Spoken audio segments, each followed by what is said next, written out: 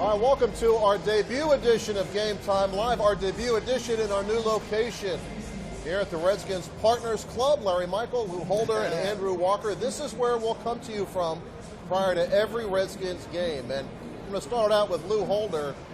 I like our new Larry. I know you do. You're well prepared because you got the overcoat on. I mean, well, you know. What's your early look at this game? Andrew Walker's going to get the inactives to us in a second. That's very important today, especially your early outlook on this game. My early outlook is there's going to be some turnovers. Unfortunately, Sam Bradford and Kirk Cousins likes to turn the ball over. So we're going to see some turnovers, and it's going to be some sloppy conditions out there. The ball's not going to be thrown around so much. So that running game with Alfred Morris is going to be key for the Washington Redskins. That's my outlook for the game. And it's the NFC East game.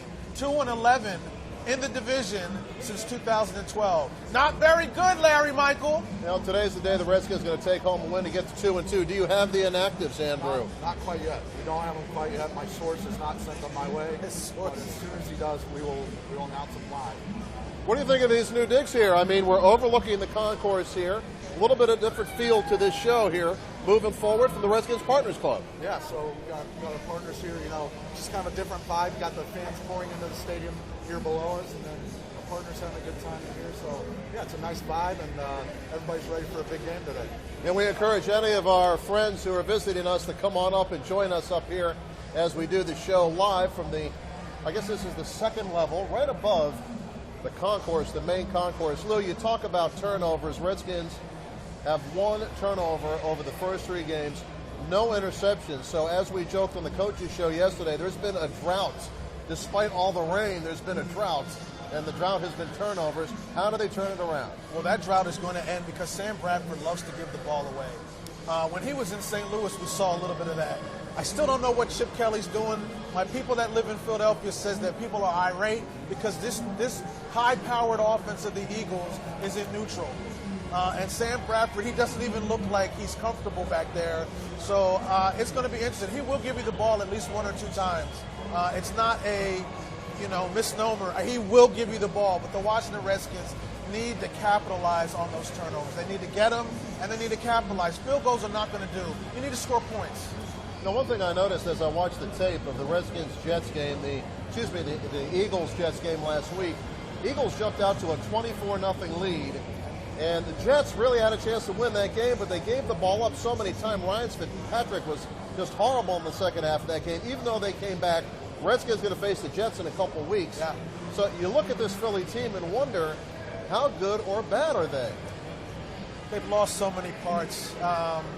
It all falls on the head coach. You got rid of Sean McCoy, got rid of Deshaun Jackson, who we now have, you got rid of Jeremy Maclin.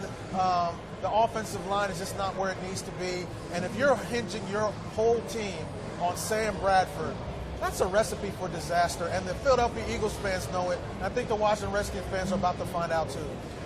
Hey, Andrew, do you know who the newest member of the Rutgers Sports Hall of Fame is? I do not. Larry, are you going to tell us? What's this guy sitting right here, Lou Holder? My gosh. He's in the Rutgers Sports Hall of Fame. It shocked me because I didn't realize you were that great an athlete. You are a Hall of Famer, my friend, and I can't say that about either one of us. Well, it was fun. I played soccer at Rutgers from 1987 to 1991. The famous Alexi Lalas was my teammate. Wow. We went to the Final Four, and we lost in the championship game to UCLA. 25 years later, we were honored by being inducted into the Rutgers Athletic Hall of Fame. Eddie Jordan was up there. Eddie Jordan is the now basketball coach for the Rutgers Scarlet Knights, and he's an alum and also in the Hall of Fame. So it was fun to have HOF, but I don't have a yellow or red or any type of jacket. I just have to talk to you and tell you I'm a Hall of Famer. Oh, I know you got a blazer somewhere that you can just at least stick a patch on. How many goals did you score in your soccer career, Lou? I know you know your personal stats because I know you very well. I do. I had 2 goals, Larry. I was a defense person, so I didn't really score goals. I kept people from scoring goals, but my 2 goals were very memorable in Rutgers soccer lore. And as the years go by, they just grow and grow and grow. Yeah, he's already got 4 goals. Since the last time he said it, he's got 2 more goals. You're watching Game Time Live. We are in our new location at the Redskins Partners Club here at FedExField, and I'm looking forward to doing the show from here. We've got fans around us, behind us, fans in front of us. A little bit of a different look. We're not on the field anymore. But nonetheless, Andrew Walker still thinks he knows what's going to happen in this ball game. He's got his 5 keys to the game. So tee it up. What's your first key? Well, our first key is stuff the run. Now Eagles finally got that run game going last week. Even though DeMarco Murray wasn't in, I don't know if that's a coincidence or not. I don't know what his problem has been the first couple weeks. Lou, what have you seen from DeMarco Murray these first couple weeks? I mean, you just can't. It's been horrible. I mean, he's been horrible. He's got 11 yards. I mean, it's. I will say this: the Philadelphia Eagles fans are not happy, and it all starts with that offensive scheme. That offensive line is not as scary as it used to be. Right. So I'm sure DeMarco Murray would love to be back in Dallas now. Yeah. And it was so funny. One of my friends, social media is so funny. One of my friends sent me something that said the Pope gets off the plane and he already has more yards than DeMarco Murray rushing. You sent me that. You sent me that last night. night. You didn't respond, so I didn't think it was that funny. Well, you sent it to me while I was on the air. What do you want me to do, Lou? Let's take a look at some of the stats here. Redskins red zone defense number 2 in the National Football League. 6 chances the opposition has had in that red zone, only 2 touchdowns. Conversely, the Redskins have dug themselves a hole when it comes to turnover ratio. They're 31st in the NFL, with a -5. Philly tied for 10th at a +2. And as I told Jay Gruden earlier this week, unless that improves, this team is not going to succeed the way he wants to. Right, and obviously turnovers are a name of the game. If you look at the best teams in the league, they get turnovers. So Joe Barry talked about it. They preach it every day in practice. Turnovers, they need to get them defensively, they need to force them. But there's not just one magical play you can call on defense and force a turnover. You have to get a little bit lucky sometimes, but it's got to change. They've got to force a few more here. You said today, probably with Bradford, maybe he'll force a couple throws in there. First ladies of football are here. One of them is gonna jump on the show in a moment. But Lou, what's your response to what Andrew just said? Well, I mean, Sam Bradford's going to turn the ball over. It really is that simple. This game is going to be about turnovers. These conditions are bad for both teams. But it's almost like the NFC East in December, now in October. These are the kind of games that we all live for because it's ground them out, smash them out, and you got to run the ball and stay with the ball because having Kurt throw the ball is not a recipe for success in this game. But Larry, I do have a question from you from Jason's Barbershop. Yes, sir. In Bowie, Maryland. Jason's Barbershop in Bowie, Maryland. Hope you're getting free haircuts for all those plugs. Yes, the fellas there have a question for you every week, and this question is, how short is the leash on Kirk Cousins? I don't believe there is a leash on Kirk Cousins. Barring injury, I don't believe Kirk Cousins is coming out. Chris Cooley asked the coach that very question. I don't think there is a leash on Kirk Cousins to answer the boys at the barbershop. And I'm coming down for a cut pretty soon, guys. As you can see, I'm looking a little shaggy around the sides. And Lou, I know it is the best barbershop in town. We are going to film that when you come because you are basically an honorary member of the African American community. So when you come to a barbershop, people are going to have a great time, Larry. I'm going to get lined up when I come down there, Lou. I want to tell you right now. Lined up. I've never heard that phrase used for it's shaped up. But we'll work on that for you, Larry. Well, I'm older than you, Lou. That's what they used to say back in the day. Lou, before we let Lou go, I want him to promote what he's doing at halftime, something new and special. It's been very well received by the folks here at the stadium, a halftime report from the control room.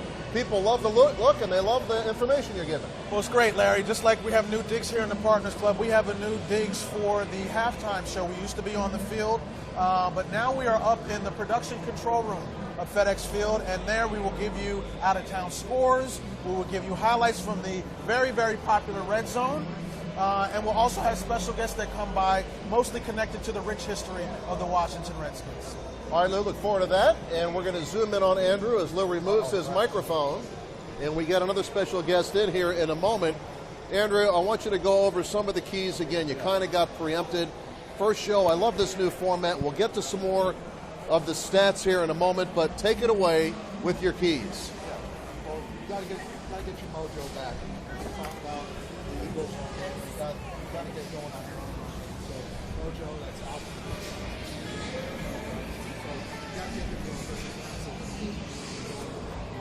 Pardon my cold hands, okay? I'm very warm usually, and you make me so nervous. Joe Barry talking about how the turnovers are going to come. Larry, you want the mic back? No, you're doing fine. So, you're doing fine.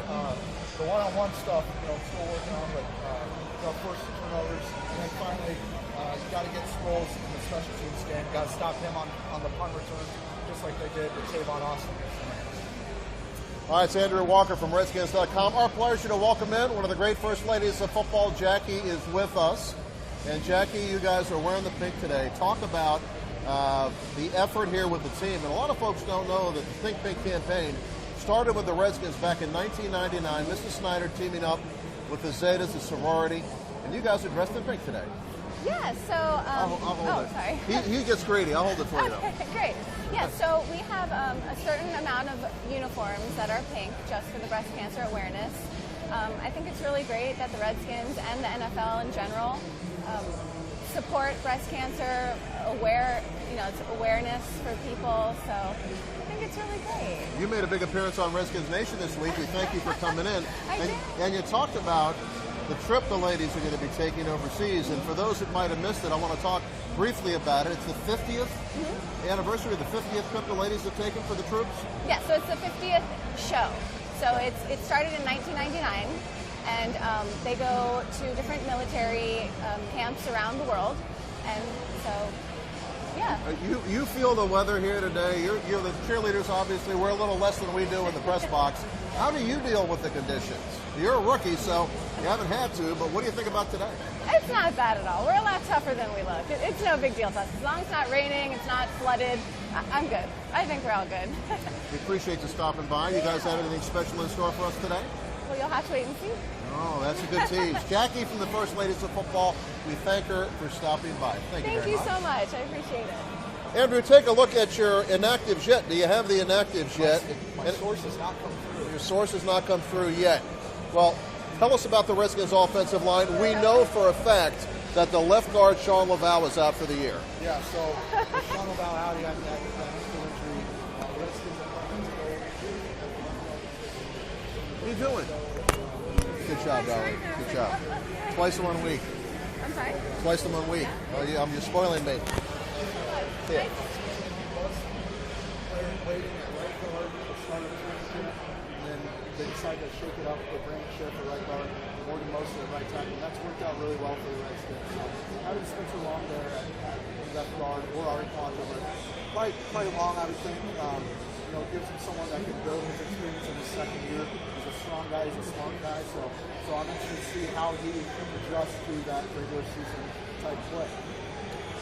Now, it's going to be the 163rd meeting between the Redskins and Philadelphia Eagles. The Redskins lead the all-time series, 82 wins, 74 losses, and 6 ties. But the Eagles are 11-7 here at FedExField. But last time these two teams faced each other, the Redskins took home the W, 27-24. Now, the Redskins coming off a loss to the New York Giants, 32-21. A game where special teams really gave the New York Giants the momentum early in that game. It was a blocked punt, knocked through the side of the end zone. It turned out being a safety. On the very next possession, Kirk Cousins threw a pick. All of a sudden, it was 9-0 Giants. And in talking to Jay Gruden, you don't want to have those type of momentum-swinging plays happen to your football team early in a game. Redskins did get a kickoff return for a touchdown by Rashad Ross, and I know for a fact the coach said Derek Carrier would now be in that left position on the punt team to try to protect the punter. I mean, sooner or later the Redskins are going to have to shore up that special teams unit. Right. You see some parallels between the Week 1 game against Miami and that Week 3 game against New York, where some things were pretty sloppy. Penalties in that Week 1 game, and then some special teams play and just kind of general play against the Giants. Week 2, Redskins came out pretty ticked off and kind of took it to the Rams. Redskins don't like the Rams. They don't like the Eagles. They don't like anyone they play, but they especially don't like the Rams. They especially don't like the Eagles. So I think you're going to see a ticked off team that wants to prove once again that they can clean it up and play a complete game. Now, Philadelphia comes into this game having had 2 straight 10-6 seasons under head coach Chip Kelly. This year, off to a slow start, and as Lou Holder mentioned, this is a team that has, by choice, taken a lot of their star players off the roster. Chip Kelly trying to mold this team into his vision. Now, Redskins secondary today is going to be on the spot. Quentin Dunbar, former wide receiver, switched to defensive back by the Redskins in training camp, is going to play. DeShazer Everett, never played a game in the National Football League, a free agent out of Texas A&M, is going to have to play. And, of course, the Philadelphia Eagles realize that you got a couple rookies out there that have never taken a snap. So, obviously, a given, they're going to try to go after those corners. How do you think they're going to hold up? Well, Lou was talking about the conditions out there. It might be a little sloppy on the field because of the rain earlier, but as we can see at least, it's not raining. So, that means that's pretty favorable for the passing game. We thought it might be a grinded out type game. Maybe the quarterbacks will try to throw deep a few times, but yeah, you talk about that secondary, and I saw Bruce Allen out watching Chris Culver, trying to stretch it out. I don't know what his So Culver was working out prior to the game, and he would be a game-time decision. So when we see those inactives, him on there or not on there is going to be a result of what we saw on the field. Right. So when you talk about Quentin Dunbar, asked Sean McVay as an offensive coordinator what he thought of Quentin Dunbar switching over from wide receiver to cornerback. He said he's really been a menace in practice. He's long, lanky. He makes plays. He last played cornerback in he played in the preseason, but before that, he last played cornerback in high school. So he's obviously impressed enough. It's a pretty cool story, but he's been thrown to the fire as is DeShazer Everett. Now, 3 teams in the National Football League going into this weekend's action don't have an interception all year. The Redskins are one of them. Seattle, surprisingly, has no interceptions this year, and New Orleans, hosting Dallas, has no interceptions as well. Hopefully they have 3 or 4 today against Dallas. Yeah, we want the Cowboys to fall. You are watching Game Time Live, coming to you from the brand new, spanking brand new Redskins Partners Club. And for the partners and guests in our area, we appreciate you stopping by. Let our folks with the Redskins know how you like the new Partners Club and how you like our presentation here today. And you look at some of the other stats, and you talk about red zone, the Redskins, and conventional wisdom coming to this game, run the ball, run the ball, run the ball. Now, Philadelphia knows that, and they're going to try to stack it up against the run. Jay Gruden talked to us about the type of defense Philadelphia employs. A lot of stunting, a lot of blitzing, and so the running game obviously be a great counter to that, but Kirk Cousins, again, is going to have to trigger it. Right, and that's why having Jordan Reed such a weapon, because the Eagles can't just stack the box every time in the red zone and expect to shut down Jordan Reed in a one-on-one matchup. We saw that work week 1 against the Dolphins. So, you just can't. The good thing about the Redskins, they have the weapons. Now they need to get the run game going. You obviously need Alfred Morris to be on top of this game. You need that run block to be on top of your game. But the Redskins are doing a pretty good job, with setting people up in good positions. But we'll see how it works out against the Eagles. Like you said, they do a lot of stunts. Corey Lincoln started to do a good job last week on a couple plays I watched against the Giants, taking care of that. So hopefully he leads this young line and to figure out how to stop them. Well, it sure feels like football here at FedExField today. Temperature is expected to be in the low 60s, but in fact, it kind of feels a little bit colder. There's some moisture in the air. There's a bit of a breeze, and I think the weather conditions that kind of were teed up by a lot of the folks in the media, the weather people, of course, doing their job. There was a hurricane coming up the coast. It went out into the Atlantic Ocean, but they sure missed on this one. There's not a lot of rain. No rain, actually. Maybe a little drizzle a little bit later today. But the wind, Andrew Walker, I want to talk about the wind. Talking with Sonny Jurgensen, always talk to him about what is the worst conditions for a quarterback. And he said heavy wind. You really cannot throw a receiver open with heavy wind. The long ball is difficult in heavy wind unless you really have a cannon for an arm. And the wind today is supposed to gust up to 20 miles an hour. Having been in the stadium and taking a look at the flags on top of the goalposts, those flags are blowing stiff. So the kicking game, kickoffs, punts, taking the win might be what you do. I mean, if you defer, you might take the win. Do you have the inactives? We have the inactives. All right, my friend, let her rip. This is important today. There's a name on here that hasn't been on here yet, but we have Robert Griffin III, Deshaun Jackson, and Andre Roberts is inactive today. So D'Angelo Hall, he's hurt. Terry Riley Jr., he's hurt. Cedric Golson was battling something all week, I think in the calf. Got a hand injury. Has a hand injury. Sorry. And then Tom Compton is inactive. So you talk about those, DeShazer Everett, Quentin Dunbar. Welcome to the NFL. You're thrown right into the fire. No, I did not hear if Chris Culliver was on the list. You did not read his name. I don't believe you did. So Chris Culliver must have passed his pregame test, and he's going to go today. And that's great news for the Redskins because of the lack of experience in those backup corner positions. Chris Culliver is going to go. You don't have the opponents in actives. I do. You do. Let me hear them. Probably some notables. Kiko Alonso made that great interception against the Falcons in the end zone. We knew he probably wasn't going to be able to go. Vanderbilt knew he wasn't going to be able to go. Cedric Gordon, Marcus Smith, Taylor Hart. So pretty much Kiko Alonso and Vanderbilt for center/guard is what you would expect. But Falcons are a pretty healthy team right now. Eagles. I'm sorry. It's okay. They're both birds. They're both birds. Falcon and Eagle, they're both birds. Now, how about this for some historical, statistical analysis? If you're looking for a big game out of the Redskins quarterback, Kirk Cousins, could he match the 5-touchdown performance from our own Sonny Jurgensen back in 1964?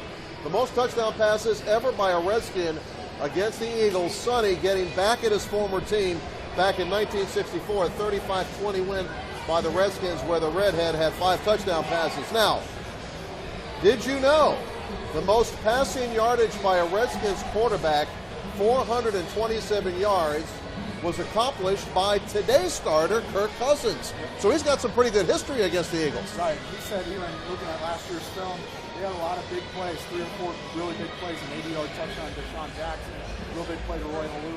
But, like he said, he so many things he wants to grow from that game anyway. He earned him, FedExField Player of the Week honors. But he said there's several things he saw that he still wants to take advantage of this year. So, we'll see if he comes out throwing. He said the wind could be affecting that, but I think he'll truck it deep. With Andre Roberts out, Rashad Ross kind of bumps up a little bit. Maybe go deep to him a couple times. Jameson Crowder, maybe throw a couple screens to him, see what he can do. Maybe that's how they get the big plays through the air. This is Game Time Live. We are at the brand new Redskins Partners Club overlooking the lower concourse. So if you're in the stadium or head to the stadium, next time you come by, our broadcast will come to you live on the internet on Redskins.com an hour and 45 minutes before every Redskins home game. So today, the show, 11:15 to 11:45, trying to set you up for kickoff at 1 o'clock, the Redskins and Philadelphia Eagles. The Redskins, back to a stat, which I think is amazing. The Redskins are #1 in the NFL in average length of scoring drive, 11 plays, and they are presently 9 drives of 10 plays or more. And you know what that means? Run the ball, right? It also means they're taking care of themselves on 3rd down, which is something that's been a problem the last couple of years. Sean McVay said, hey, that's great, but he said we also want to have a 1 or 2 play drive in there. Sometimes that ends in a nice touchdown, nice long touchdown. So, it's good that they're taking care of it, good that the time of possession for the most part, except against the Giants, they're in the 38-minute range those first couple of minutes. That won't stay the whole year, but if they can stay in the 32, 33-minute range, that'd be top of the league, and that means they're taking care of the ball on offense. Now, just to look ahead a little bit, now coming up on Monday at Redskins Park, the annual Survivors Luncheon, where breast cancer survivors come to Redskins Park for a day of pampering. This will be the 8th annual event. You've been with the Redskins for several years. In fact, I met your mentor at the Gaylord last night from your days back in Muncie, Indiana. But talk a little bit about the Monday event, and then we'll get back to break this thing down one final time, because it's Breast Cancer Awareness Month. The Redskins at the forefront of that effort for many, many years, and the Monday luncheon for the breast cancer survivors is a real special lunch. I don't think there's any event all year that I enjoy going to more than the All-Star Survivors celebration. It's just so nice. The Redskins treat these survivors to such a nice day. They get a nice meal, they get pampered, they get to hang out with the players and the personnel. And there's a smile on everyone's faces. It's just such a nice event. Tanya Snyder, of course, we all know what she's done for breast cancer awareness. She treats these ladies to the top care that they can get. It's just such a nice event for everyone involved. It is, and today, of course, all across the National Football League, you saw it Saturday, too, for the college games. Just imagine that back in 1999, the Redskins and the Zeta sorority teamed up for this effort. Now it's all across the National Football League, as well as college sports as well. All right, final chance to break it down here. I'm going to give you some of our keys to the game and give you some predictions as well for this ball game today. The Redskins and Philadelphia Eagles, both teams looking to get to 500. And for the Redskins, this is the 3rd of 4 home games to start the season, the first quarter of the season. The second quarter of the season for the Redskins features 3 of 4 on the road. So Division game at home, embarking on a 2-game road trip coming up. The stakes are raised for both of these teams. For the Philadelphia Eagles, they want to get to 500 just like the Redskins, and the Eagles are a little bit shaky. So, to me, one of the keys, this entire game is built around the trenches. Offensive line for the Redskins, can they get that ground game going? Defensive line for the Redskins, can they get to Sam Bradford? He's only been sacked 2 times all year. He gets rid of the football real quick. To me, this is a game that is going to be won or lost in the trenches. You can look to special teams. You can look to turnovers. Wet kind of day. Redskins weather, like they used to call it. I believe the trenches are critical. You already gave your 5 keys, but what do you think about the Redskins running the ball against the Eagles? Eagles defense has struggled this year, no doubt about it. Can the Redskins do it? I think they can, because whoever they put at left guard, whether it's Spencer Long or whether it's Ari Quandro, I want to see them come out and be nasty. Sean Laval really set the tone the first 2.5 games he was in. He was doing great. He had a couple pancakes in there on Matt Jones' 39 yards. He was playing his best as a Redskin. Yeah, he was really playing great. These young guys have some great film to see. That's how you take care of it. Bill Callahan's been a great influence. So I want to see these guys come out and be nasty and help set the tone with the rest of the line. And you're right. Up front, that's where it starts. The Redskins saw last week when Eli Mann was getting the ball out of his hand so quick. When Kerrigan was getting past his guy, half the time, the ball was already out. So, you got to get your hands up. You got to disrupt the pass. You got to do something else to get disruptive up front defensively. And like I said, just be nasty up front. These are the Eagles. Just send them back, send them back home. Well, I do like the Redskins' ground game in this one. I think the Redskins will get a running back with over 100 yards. I do believe Alfred Morris will be the so-called bell cow in this game. I don't believe you're going to see Alfred get the 6 carries that he got last time out. But I'm going to throw a curveball at you. My pick to click in this game is the Redskin that is on the cover of today's game day program, Pierre Garçon. Off to a pretty good start. He's got 1 touchdown. And as much as the Eagles are going to concentrate on that running game, don't forget Kirk Cousins up in Philadelphia last time out, 427 yards passing. Pierre Garçon, obviously Deshaun Jackson, not going to be there today. He's going to be the beneficiary today. And how about that Rashard Ross? Rashard Ross with Andre Roberts being down, all of a sudden you're going to see him a lot more on the field. Yeah, talk about a playmaker. He comes in last week with a 101-yard kickoff return touchdown. We don't get many of those around here. Hopefully we get a few more now. But, preseason led all receivers in catches, touchdowns, yards. Showed what he can do. Now, that was against second and third shooters a lot of the time. But, he's a playmaker. He can get down the field. He made the fastest play in the NFL last week according to those next-gen stats that they like. So he obviously has the speed. They need to get him, don't let him get jammed at the line, set up some plays where he can get free, one-on-one coverage and get that ball over the top. Hopefully the wind doesn't affect him too much. But you're right. I think Kirk and Rashad might have a nice day. And Pierre, this guy's just an animal. Every time he catches the ball, he wants to tear your head off. He's really good yards after the catch. So I agree. I see Pierre and Rashad Ross being big factors. He was running 22 miles an hour, I understand. Yeah, and that's it doesn't sound that fast. Well, it's about 2 miles an hour faster than me, so I got to get my training up. But yeah, so he's a fast dude. He's a playmaker. You got to find ways to get him. There's guys ahead of him, obviously, that have proven to earn their spots, but Rashad's trying to bust his way through. All right, if you watch Redskins Nation, if you don't, you can see it 5:30 p.m. every night, Monday through Friday, 11 p.m. as well, and a replay at 7:30 the next morning. Here's the way I broke down the game. Offensively, I think the Redskins have the better offense. DeMarco Murray hasn't had a good start. He's back. Got to protect against the big game from him. Defensively, I think the Redskins have the better defense.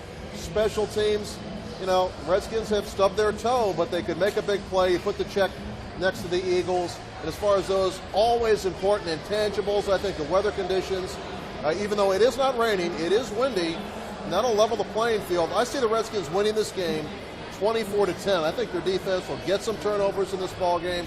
I think the Redskins, come about 4:15 today, are going to be 2-2. What do you think? So you and I are in agreement that we agree that they're ticked off. They didn't play their best last week. They want to do what they did to the Rams. Division game, got to take care of it at home. I think we're speaking along the same lines. I'm not a big score predictor type guy, but I think you and I are on the same wavelength. I want to thank Andrew Walker, Alex Steinman, Lou Holder, Jennifer Hinkle for the help on this show. I want to thank all the partners here with us from the Redskins Partners Club. We're going to have a good time up here, especially the Redskins start winning some games, start rolling along. The partners are going to have a good time at this brand new location. And if you're coming by the concourse, give us a shout. Who knows? Our back is to the concourse. You might have to throw something to get our attention, but we're going to be here before every Redskins game. We thank you for watching. Hail to the Redskins. We'll see you next time.